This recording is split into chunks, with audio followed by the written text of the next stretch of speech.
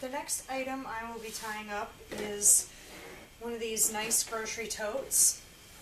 They are a fairly light canvas. They are made by Ague Bunny, I believe it's called. I get them on Amazon. They come in a package of 4. Generally, when I tie these up, I stick the handles inside, and depending on how I'm going to tie them, lay them flat or whatever I'm going to do. These are kind of a thicker fabric, but they're not a heavyweight canvas. So this one here, I am going to do a spiral on it. I haven't ever tried a spiral on a tote bag, so I am going to do what I call my dark spiral, which is going to be a spiral that I will put the regular color on, and then I will coat black over the outside of it, so it gives it that extra pizzazz. I like to use my hemostat to tie up the material.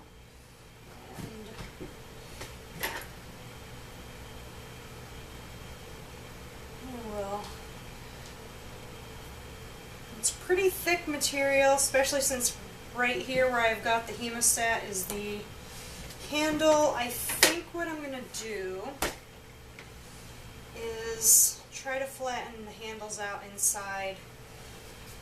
Maybe the handles will go on the outside. I'll keep the handles on the outside so it's easier to tie.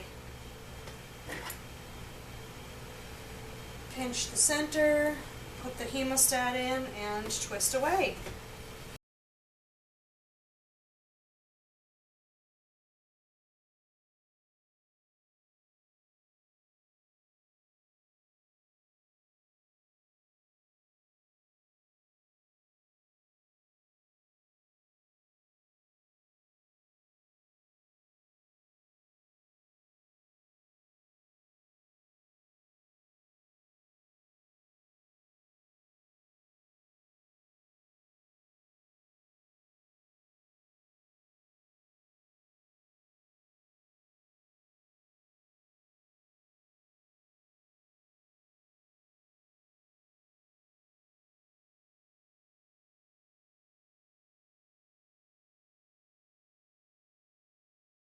My spirals are never perfect. I'm trying to make an economical item that I can sell at a decent price. Being as it is a hand-tied and dyed item, you know, I wouldn't say an overly cheap price, but when I do the dark spirals, I can do somewhat of a sloppier spiral, and because I'm putting the black on the outside, it's not going to be as noticeable as if it was going to be a perfect spiral. Spirals are very popular, so it's something that, you know, if I take more time at, I get better at it. They come out better, but I feel like not too many people want to pay a high-end price for a spiral such as the pleated spirals. And if you practice and practice and practice, you can make very good spirals in a quick time that is not necessarily a pleated spiral. And there we are.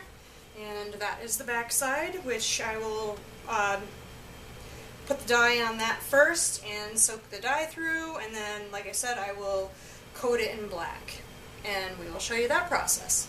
I will be using the best side will be my top side. This is the side I twisted it on. This side was flat on the table. This side looks better, so this is going to be the upside, and then this is going to be the downside. I am going to put the dye on this. My dye is a 1/4 cup soda ash mixed with 2 teaspoons of powdered dye, shaken up and mixed good. I lay on a pretty thick layer because I want to spray this item, mist it with hot water, and have the dye soak all the way through to the other side.